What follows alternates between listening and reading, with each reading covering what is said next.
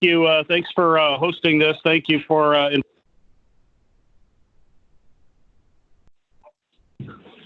look forward to having an opportunity to answer some questions as well. There's been a lot of activity that we've been doing in Washington to get us through this crisis. I want to highlight some of the main aspects, and then we can drill into more specifics depending on what your members would like to talk to.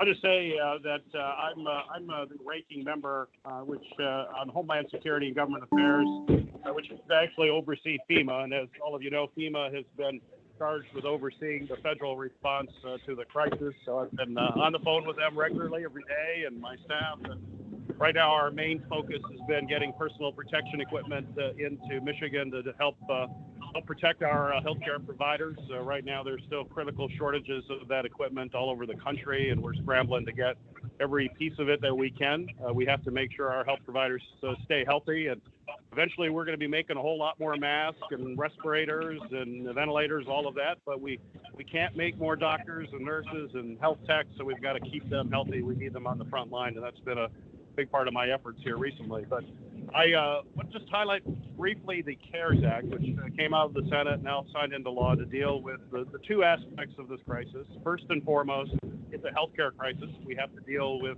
the virus and slow down the spread so that we don't completely overwhelm our health facilities. But we also have to deal with the economic crisis that goes right along with it. And in fact, they're at cross purposes, as all of you know. In order to deal with the virus spread, people have to distance themselves, businesses need to be shut down, and that, of course, has catastrophic impact on the economy. And so hopefully we can get through the public health aspect of it. But in order to get the economy back, we've got to keep businesses alive, particularly our small businesses, which I'm focused on. I think everybody on this call realizes you can't just push a pause button on the economy and then push it again and it all starts up just like nothing happened. It's a whole lot more complex than that. We've got to make sure businesses continue to have the resources they need and families have the money that they need to put food on the table and to keep a roof over their heads. It's very challenging, particularly with many folks who find themselves unemployment now and are literally a paycheck away from serious financial issues. So I'm going to touch on briefly three aspects of the CARES Act, and then we can go more in depth. First, on the public health aspect of it, there's $150 billion provided to hospitals across the country. I'm really worried in particular about our rural hospitals. Our rural hospitals are always have been in a precarious financial situation. Many of them might not survive this pandemic if we don't have an infusion of capital. That's a big part of where this money is going, as well as all of our hospital systems. Even the University of Michigan hospital system, which is probably the strongest in the state, also talks about the severe crunch they are going to be in if they do not have additional resources. The other aspect is unemployment. Right now, we have across the country nearly 10 million people filing for unemployment. We're going to continue to see that go up. We have expanded eligibility for folks who can claim for unemployment. It's actually my legislation that got incorporated into this bill, the Pandemic Assistance Act, which is modeled after what we do for other natural disasters like hurricanes. And it basically says if you find yourself unemployed, it's not just folks in the traditional unemployment system, but small business owners can apply for unemployment, independent contractors, gig employees, even folks who just took a job and wouldn't normally qualify, but suddenly the rug got pulled out from underneath them, they would qualify for unemployment insurance. And we put in more money into programs like Michigan has, WorkShare, where an employee could still be on your payroll for a number of hours, but you don't have 40 hours of work for them, and the remaining hours would be picked up by unemployment, so your employee would be made whole, even though they may be working part-time for you during this time. The other one that I'll touch on and open it up is with small business assistance. As I mentioned, we have to keep our small businesses vibrant. Small businesses are the lifeblood of our economy, and that's why we have expanded 7A loans through the Small Business Administration so that businesses can have access to those loans. But they have to be not just loans. The last thing a business wants is more debt when you're going into a very tough time, not sure where your revenues are. And so there is a forgiveness provision. Loans will be forgiven to the amount equal to what you're paying employees to stay on the payroll. So if you keep employees on the payroll, you can deduct that amount you're paying them from the loan and have that forgiven. And that's over an 8-week period. So for the next 8 weeks, you can do that with employees. It also includes other costs associated with the SBA or with your business, lease payments, mortgage payments, et cetera. I think those are some of the main highlights. Then I can turn it back over to you, Guster. We can have any questions folks have. Perfect. Thank you, Senator. Great overview. Yeah, I've gotten a number of questions from different stakeholders in the county that I wanted to be able to share and just get your views on it. And some of them I've heard from multiple people. Some of them I wanted to highlight specifically. And the first one I wanted to ask was from my good friend Rex Wheeler at Wheeler Trucking, who's on the call here. But I know there are a number of companies in this boat. Many of businesses I'm talking to, they definitely want to get back to work. We know we have to get the economy moving again. They're very willing to take any necessary safety precautions, whatever that means, mask, social distancing. How do you view this, that balance between health and economy? And I guess the question here is, what can the federal government be doing now to plan to get ready for that restart, hopefully as soon as possible, maybe even as soon as early May? How do we plan for that now? Well, I think that's a great question, and it's one that I spend a lot of time thinking about because we have to do this. We all got to get back. So of course, we got to do it in a safe way and understand we've got to control the spread of the virus so we don't overwhelm our healthcare system. But bottom line, we got to get the economy has to keep plugging away, and we got to eventually down the road get right back to where we were. But that means putting procedures in place to do that. So I think this question is right on point. Let me just say first off, though, what we're doing right now, this is from the experience of what we've seen in countries that have been suffering from the pandemic as well, is that up front, you've got to hit it really hard. You've got to shut everything down. You've got to separate people. And the more aggressive you are up front, the quicker you can get to the point where you can start the process of returning back to normal. But what we're doing right now is important because what we have seen, if the virus gets ahead of you, it's really difficult to ever catch up with it because it expands exponentially. So you've got to be pretty aggressive up front. Certainly we're doing that now. I think we're seeing some positive signs. At least the increase is starting to slow, and hopefully we'll be at a point where we feel we're in control. And that buys us some time so we can get more of the personal protection equipment, the ventilators, all of that to help our healthcare folks take care of the folks who are most ill. But to the question, we've got to slowly start bringing folks back. We want to make sure employees are safe. We want to make sure the public that goes to businesses is safe.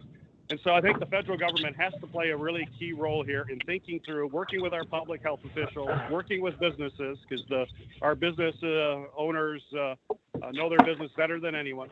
And how do we put in those kinds of procedures to keep people safe? And I kind of equate it to OSHA, which is the federal agency to make sure that workplaces are safe so people don't, have broken arms or cut off fingers and all the physical injuries.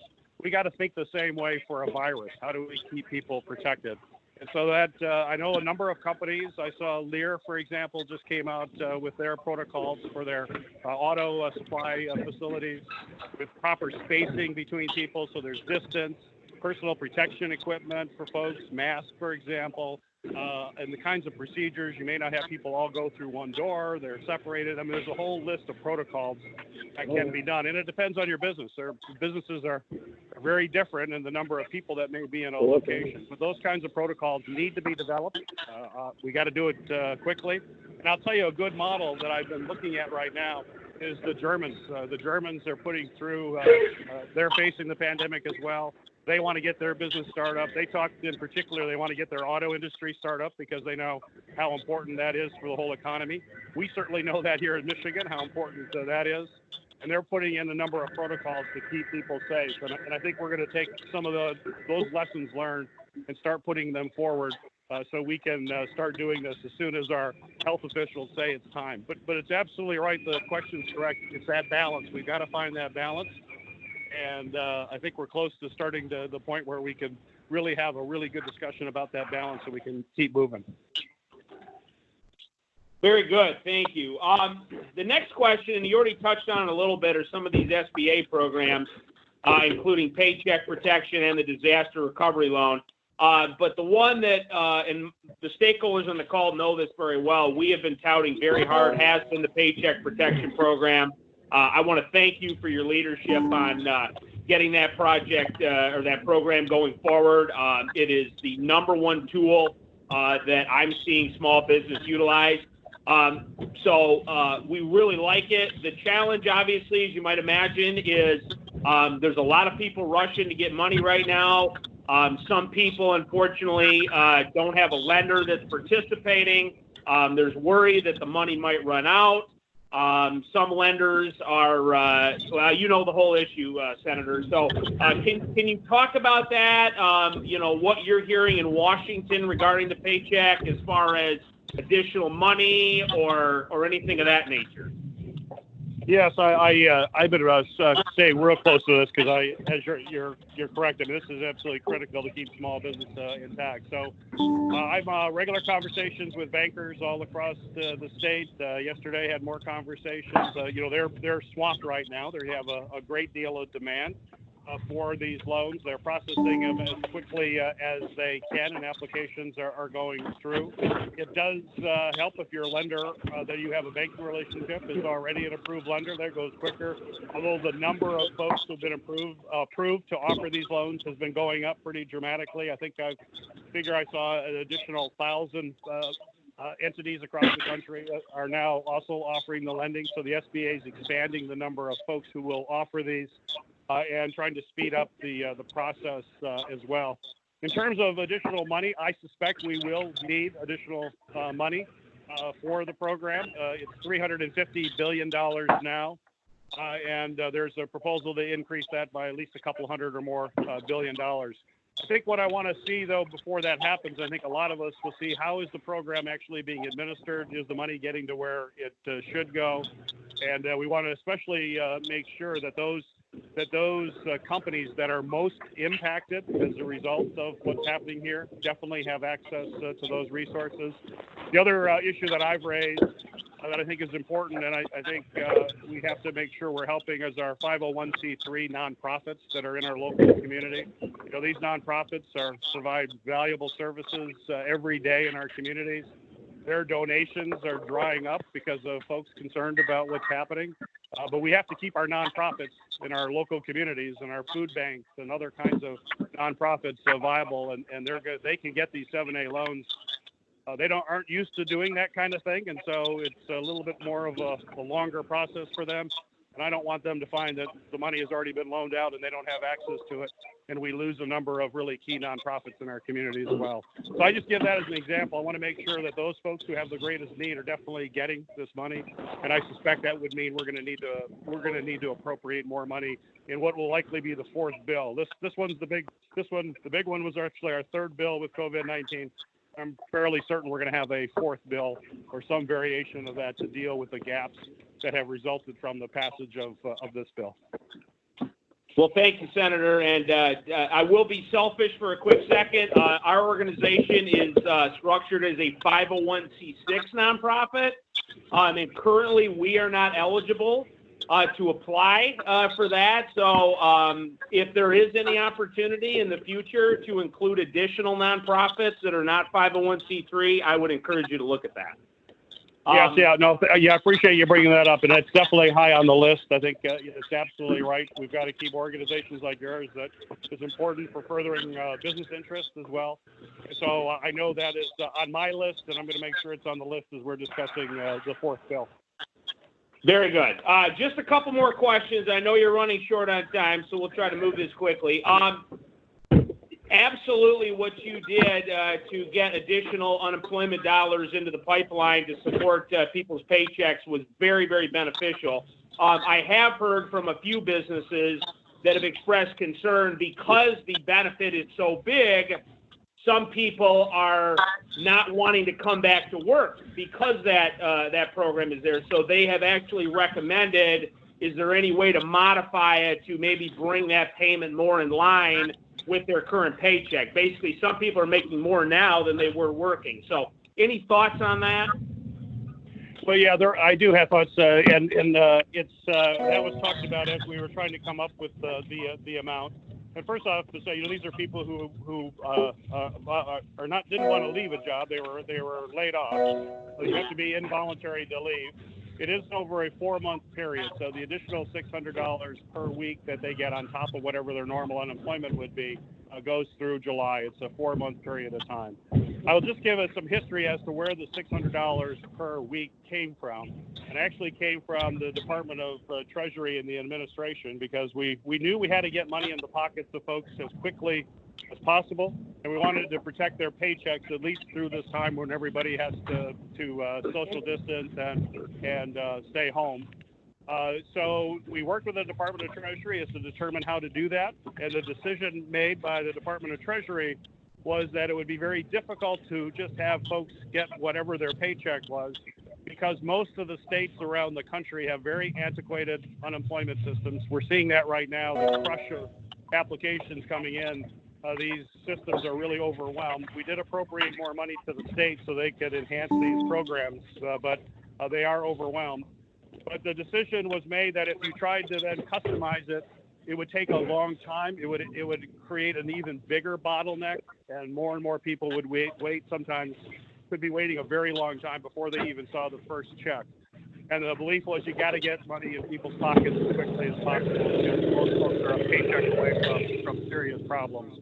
And so the $600 was derived from what is the median income in the country, and so and based on the average of what state unemployment was. So it's not a precise measure. That's how the money came about, and it was from really the insistence of the Department of Treasury and the administration. That was the number that should be used. But I think there's ways that we can look going forward to how we still incentivize people who may be on that to be able to go back to work too. So I'm thinking about a number of ideas that we may be incorporating in the fourth bill, that folks can continue to get their unemployment, but there may be some incentive for them to come back early. Gotcha. Thank you. I know we're running short. I'm going to ask one more question, Senator, because I know you have limited time here, but this is actually something that gives me great hope for the future, not only for our country, but for Michigan as a whole. And you've already talked about this. What opportunities do companies in our county and the state have to make medical products, that are sold to the federal government? And as you know, there's a big call nationwide to return a lot of manufacturing from places like China back to America in this industry. Michigan, I think, is uniquely positioned to be able to do that. We were the arsenal of democracy in the 1940s. Why can't we be the arsenal of health in this time? So what are your thoughts on that? How can we as a state be prepared to bring those opportunities back in? Yeah, I think there's a great opportunity for this, and I've been thinking a lot about this as well. But in the short run, you're right. We're seeing companies all across the state. We got our major manufacturers, GM, Ford, and Chrysler, are now making mask and protection equipment, in addition to Ford and GM looking at ventilators.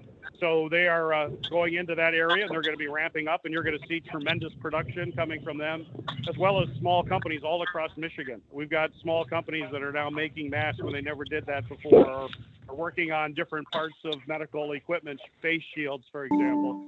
And I would encourage companies, they can contact my office or reach out to the MEDC to find out what the specs are so they can start doing that and can get some contracts. It represents that innovative spirit that was part of the arsenal of democracy. But I want to touch the broader one for long term, which I think is your question too, is that this crisis highlights the fact that we were woefully underprepared for this. And we were underprepared because we just sent too much of this stuff is now being made in China. Face masks for health people, over 50% of all of that was made in China. When you have a pandemic and the whole world wants them, we aren't producing enough here in the United States for our own people. I did a study last year that I put out as part of my Homeland Security work as ranking member. To me, it's a national security issue. I think most people are surprised to learn that the precursor drugs that go into most of all the drugs that we use every day for every ailment here in the United States, 85% of that comes from China and India. And when those countries don't want to send that to us, we are in serious trouble from a health perspective. We have to be more self-sufficient. I serve on the Armed Services Committee overseeing the military. We make sure we have an industrial base so we can make warships and tanks and missiles and other kinds of armaments. We don't have that. Other countries provide that because we know it's absolutely essential for our national security. This clearly shows when it comes to healthcare and healthcare supplies, this is part of our national security. We have to make it in the United States, so we've got to make sure we're stockpiling here in the United States. And there's no question in my mind that Michigan can be at the forefront of that, and that's going to be a major effort of mine going forward. And I think this pandemic proves to everybody in our country we need to be doing that. Amen to that. And Senator, thank you for joining us. We have reached close to 100 participants, so we set an all-time record today on our call because of you. So great comments. Appreciate your support. And I want to give a shout-out to Nicole Noel-Williams in your office. She's doing a great job representing you here in the region, and I know is a great liaison for you for any of our local stakeholders that might need to reach your office. So, Nicole, I know you're on the call. If anybody wants to connect with the senator in his office, I would encourage you touching base with Nicole. So, with that, Senator, I know you got to go. We very much appreciate your time, and keep up the good work in Washington. Well, I appreciate it. Great to be on the call with all of you, and don't hesitate to call, and please, everybody, stay safe. All right. Thank you, Senator. Okay. We will move on to the rest of the call. So I know a few people are probably going to jump off, but we got a few more items to take care of. Nicole, are you still on the call? I am. Thank you so much for your comments and for the opportunity to have Senator on to answer a few questions from your folks within the region. Great. So would you be, as I mentioned, you would be a good contact if anybody on the call has a wish to engage with the senator's office? You would be a liaison for that? Definitely. And if you can, please feel free to share my email address with your invite list. And folks can send me an email on anything pertaining to the federal side where we can provide some support and some direction. Well, I'll do my best to make sure you guys get a response. Very good. All right. Thank you, Nicole. I've got a few more items that I want to touch on that we've been covering here lately, but just to give you an update. Senator talked extensively about the federal programs, including PPP. That is still a primary focus for our organization. There are a lot of companies trying to get into the pipeline right now. The money is going fast. I've heard varying numbers, but upwards now of maybe $70 billion, so maybe 20% that have been taken up already. Could be more. It's going quickly. I do know some banks are still waiting. Most are up and running now. I did hear, and I won't mention which bank, but I did hear this morning that a bank that is doing it is trying to get applications that are already in the pipeline through before they even take applications from new customers. And I don't mean new customers new to the bank. I mean new applications from existing customers. So there is a big chunk of applications are trying to get into the system. So definitely, and I say this every day, definitely take a look at this program if you haven't already, and definitely get with your lender as soon as possible to get in the queue. And if you don't have that lender, please let us know, and we'd be happy to connect any of you to that. And also, for those of you that are getting through and getting approved, please share that information as well. We'd like to hear the stories about the process and how long it took to get approved and to get your money. From a state and local perspective, we should have some directive from Michigan Economic Development Corporation very shortly regarding the loan applications that companies have made through that program. That was the Small Business Relief Program. I've told you we've been working on that. It's still being in process. So we should have some more directive, maybe even as soon as today. And wanted to let you know that we probably will maybe even be making an announcement, hopefully in the near future. But I just wanted to let you know, anyone on the call that applied, there is some movement coming right now on those MEDC loans. Along with that, I do want to note a new grant opportunity from our friends in the Durand area. So I don't know if anyone is on the call from Durand, but the Durand Chamber and the City of Durand and the DDA have partnered up on a new initiative to provide more small business grant relief to companies in the Durand area, predominantly in the City of Durand, but also any members of the Durand Chamber. They're offering small business grants up to $1,000. There is an application process for that, but shout out to Durand for taking a leadership role on that. So if anyone is in Durand or knows of a small business in Durand, I'd encourage you reaching out to Candace at the Durand Chamber or Colleen at the City of Durand. Jody, did you want to provide any updates? Justin, can I interrupt and encourage people to put their phones on mute because we can hear. It's harder to hear you. Yeah. Thank you. Yeah, Justin. I wanted to just let everybody know that there is a webinar again today through the Small Business Development Center.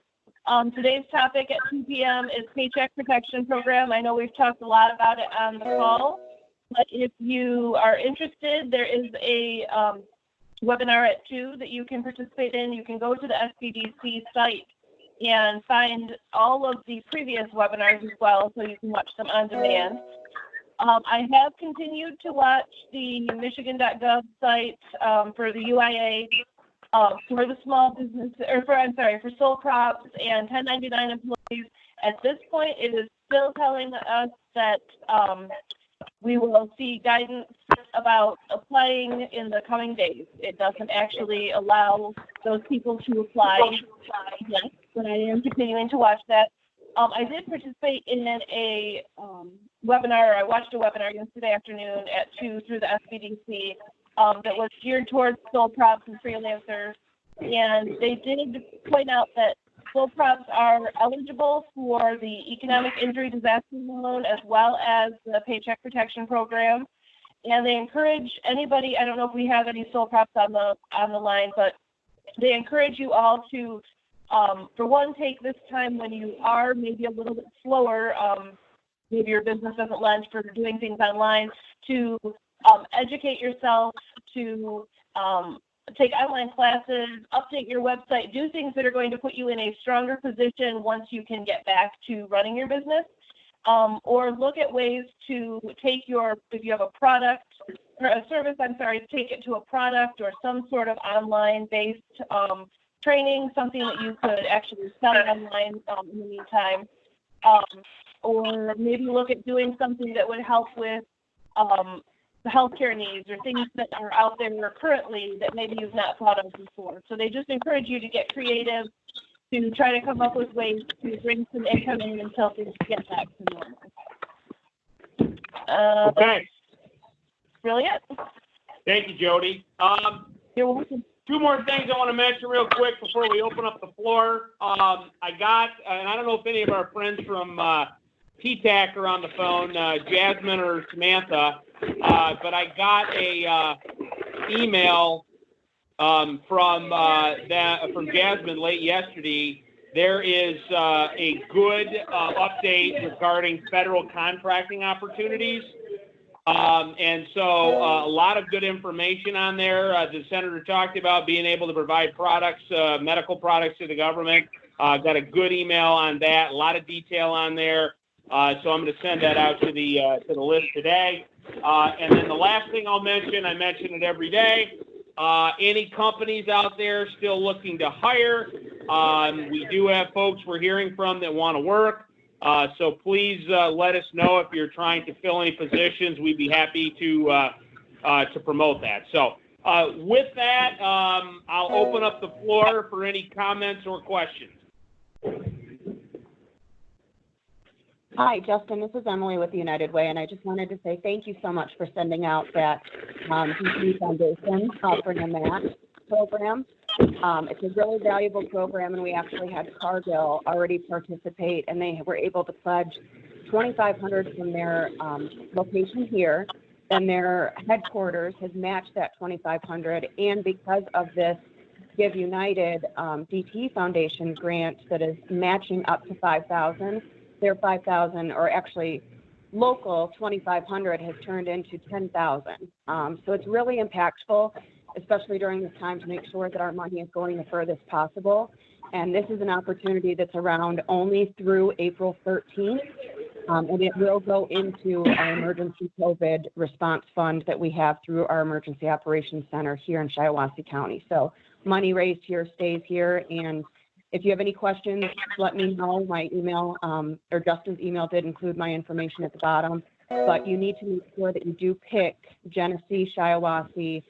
At the very top of the pledge form, when you fill it out, you want to make sure that you designate it to our location or to our United Way. And then once that happens, your zip code, because our Shiawassee zip codes will dictate where the money comes from, it will be allocated to us. So I just wanted to make sure to touch base on that, and thank you for sharing that. And thank you for these calls, and thank you to Senator Peters for discussing, how 501c3s have been impacted, and our social service industry does need to step up even more so. FEMA is an emergency response, as well as United Way, our Catholic Charities, our Salvation Army. There's just so many of us who are still doing a lot of good work. So we thank you all. Thank you, Emily. Yes, and please do refer to the email I sent out to everybody yesterday with details on that. And to Emily's point, make sure you signify which United Way it's for. That'll make sure it gets into our community appropriately. So, additional comments and questions? Hey, Justin, Bob Rogers here. Hey, Bob. You get me a phone number too for Nicole, so I can call right in and not get bounced around. I have been looking for someone in that office for a couple of weeks and haven't heard back. And then the second thing was, I had just yesterday have an employee talk to me about they don't know who's going to watch their kid, and I remember you put some kind of a blurb out about child care in one of your last deals. Is there one number a person can call to get to that place, or do I have to look through 12 emails to get to that contact? Yep. No. I got that, Bob. And it's the essential workforce. It's being run through the Shiawassee RASD. I don't know if anyone from the RASD is on the call, if they want to comment on that right now.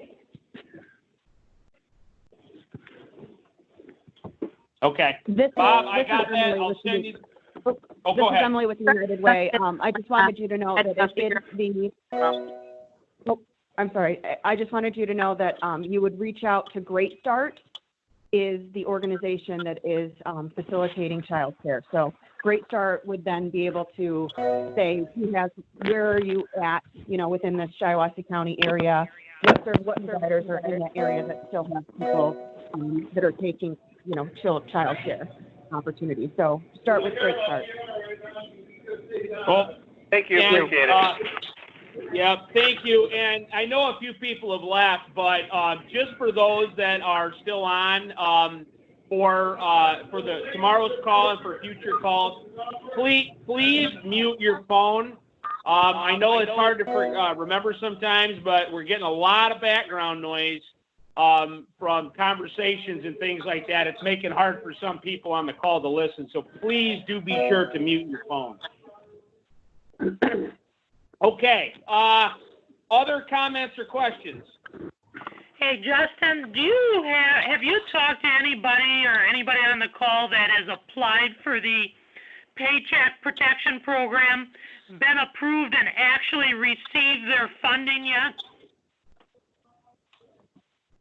I have several that have been approved. I don't know of any that has definitively had the money put in their account yet. I don't know if anybody on the call that can speak to that. Anybody that's actually got the money? Justin, Bob here. I was told it'd be Friday.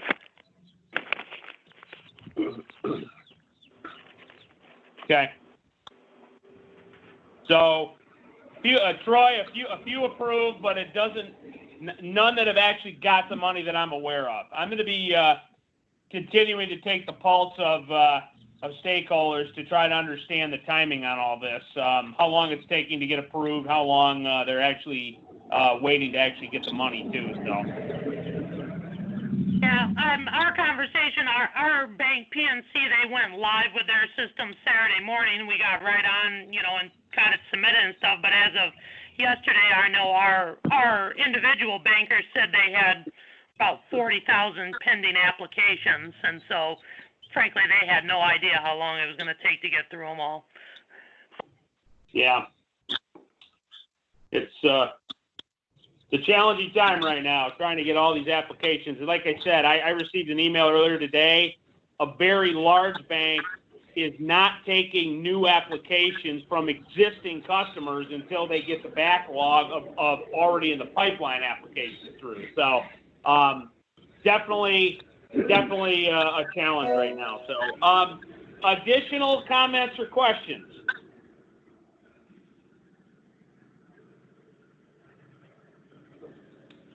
Okay. Well, I'll leave it there. Thank you all. Tomorrow, Congressman John Molinar will be on the call. We're going to cover a lot of the same ground, get John's views on things. So please make plans to join us tomorrow. And as always, if anyone needs anything, feel free to call or email me or text me later today. Thank you, everybody. Thanks, Justin. Thanks, Justin. Thanks again. Thanks, Justin.